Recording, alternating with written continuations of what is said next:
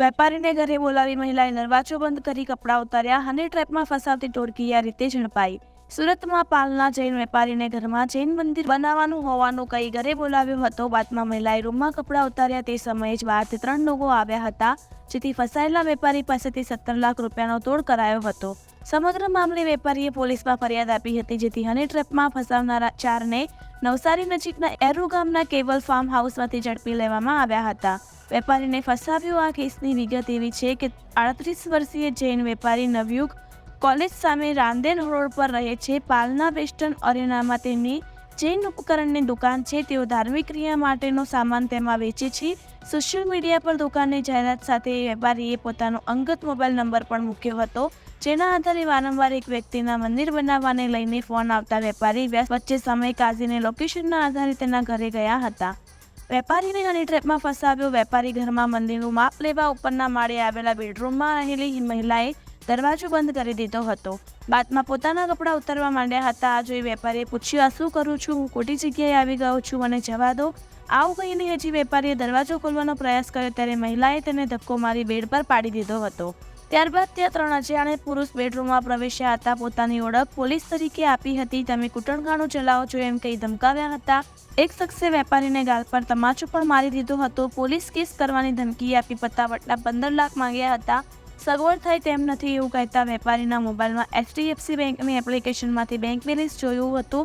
તેમાં 7.32 લાખ બેલેન્સ હતું. આ ઉપરાંત દુકાનમાં 1.60 લાખ પડ્યા હતા.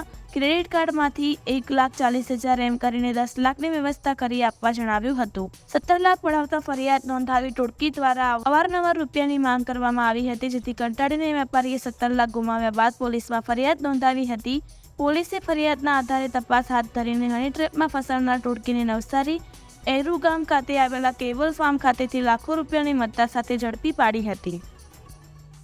છેલ્લા ઘણા સમયથી સુરત શહેરમાં દેહ વિક્રયનો ધંધો કરતી મહિલાઓના મેળાપીપળામાં એક ગેંગ સક્રિય હતી, જેની શોધખોળ ચાલુ હતી.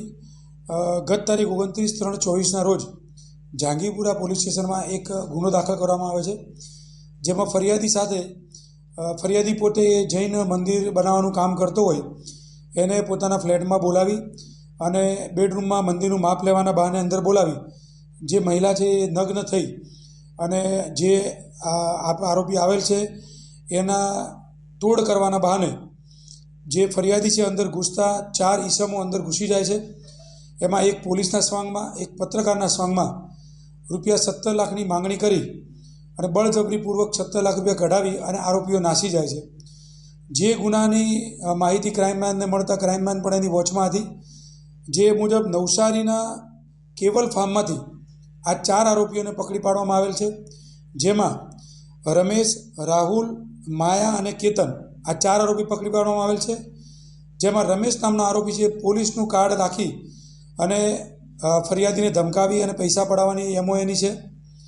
માયા સાઈડા નામનો આરોપી જે છે એ પત્રકારનું કાર્ડ રાખે છે અને બીજા 2 આરોપી એના સપોર્ટમાં હોય છે. અને એક જે મહિલા મુખ્ય સૂત્રધાર છે એ વોન્ટેડ છે.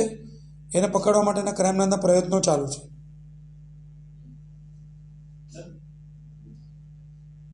આ જહાંગીરપુરાનો જે ગુનો છે એ ગુનામાં કુલ 11 લાખનો મુદ્દામાલ રિકવર કરવામાં આવેલ છે અને આરોપીઓનો ગુનાહિત ઇતિહાસ જે રમેશ છે એના વિરુદ્ધમાં 3 ગુનાઓ છે.